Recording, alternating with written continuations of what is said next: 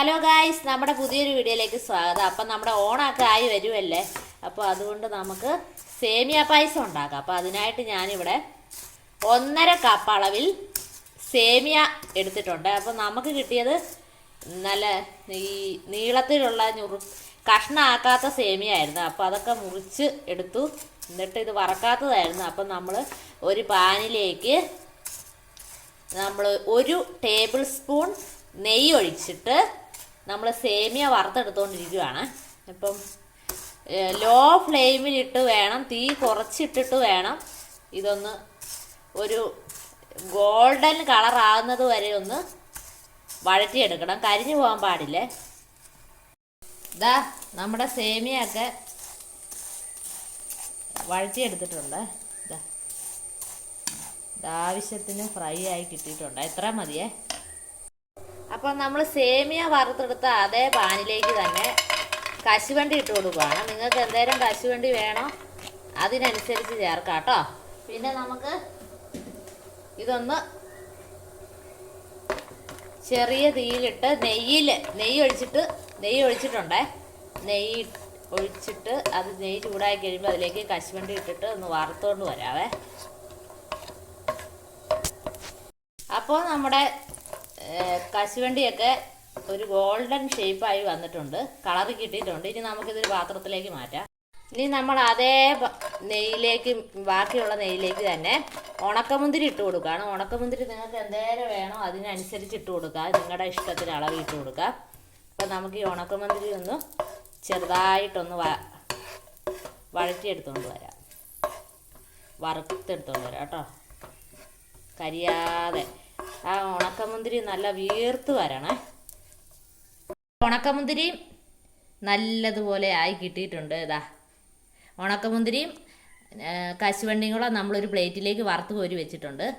നമ്മൾ 1 പാക്കറ്റ് പാലെടുത്തിട്ടുണ്ട്, നല്ല വൃത്തിയുള്ള ഒരു ചെരുവത്തിലേക്ക് ഒഴിച്ചിട്ടുണ്ട്. ഇനി നമുക്ക് ഒരു 1/2 കപ്പ് വെള്ളം കൂടെ ഒഴിച്ച് കൊടുക്കുക. എന്നിട്ട് നമുക്ക് ഇതൊന്ന് നല്ലതുപോലെ ഈ പാലൊന്ന് വേവിച്ചെടുക്കണം. എന്നിട്ട് നല്ലതുപോലെ ഇളക്കിക്കൊണ്ടിരിക്കണം പാല്. ഇതാ നമ്മൾ പാല് നല്ലതുപോലെ ഇളക്കി കൊടുക്കുകയാണ്. നല്ലതുപോലെ തിളച്ച് പാല് വെന്ത് വരണം.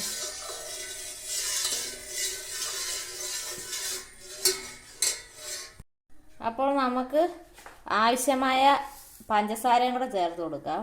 അപ്പം ഞാനിതിൽ ഒരു 10 സ്പൂൺ പഞ്ചസാര ചേർക്കുന്നത്, നിങ്ങളുടെ മധുരത്തിന് ആവശ്യത്തിന് ചേർക്കുക.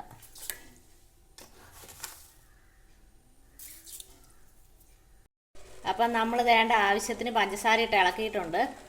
ഇനി വേണ്ട ഒരു 7 ഏലക്ക എടുത്തിട്ടുണ്ട്.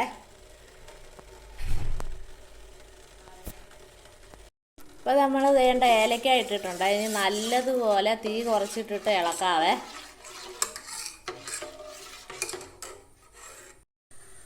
ഇതാ അപ്പം നമ്മുടെ പാല് നല്ലതുപോലെ വെന്തിട്ടുണ്ട്. ഇനി നമുക്ക് ഈ ഫ്രൈ ചെയ്ത് വെച്ചിരിക്കുന്ന പായസത്തിൻ്റെ സേമിയ ഇട്ട് കൊടുക്കാം കേട്ടോ. അപ്പോൾ സേമിയ ഇട്ട് കൊടുത്തിട്ട് നല്ലതുപോലെ കൈ വിടാതെ ലോ ഫ്ലെയിമിൽ ഇട്ടിട്ട് ഇളക്കി കൊടുക്കണം നല്ലതുപോലെ കേട്ടോ. അപ്പോൾ നമ്മൾ വറുത്ത് വെച്ചിരിക്കുന്ന കശുവണ്ടിയും മുന്തിരിങ്ങായും കൂടെ നമുക്ക് ഇട്ട് കൊടുക്കാം അതിലേക്ക്.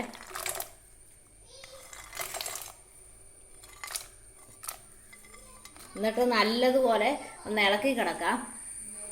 എന്നിട്ട് ഈ സേമിയ ഒന്ന് ഒടിക്കാൻ പാകത്തിനൊന്ന് വെന്ത് കിട്ടണേ. അപ്പോൾ ലോ ഫ്ലെയിമിൽ ഇട്ട് നമുക്ക് ഇളക്കിക്കൊണ്ടിരിക്കുക.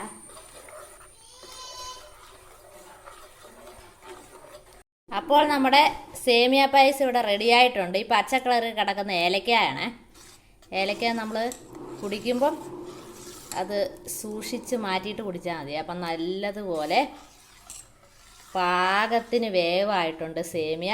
അപ്പോൾ നമ്മുടെ ഓണ സ്പെഷ്യൽ സേമിയ പായസം ഇവിടെ റെഡി ആയിട്ടുണ്ട്. അപ്പോൾ എല്ലാവരും ഇതൊന്ന് ഉണ്ടാക്കി നോക്കുക.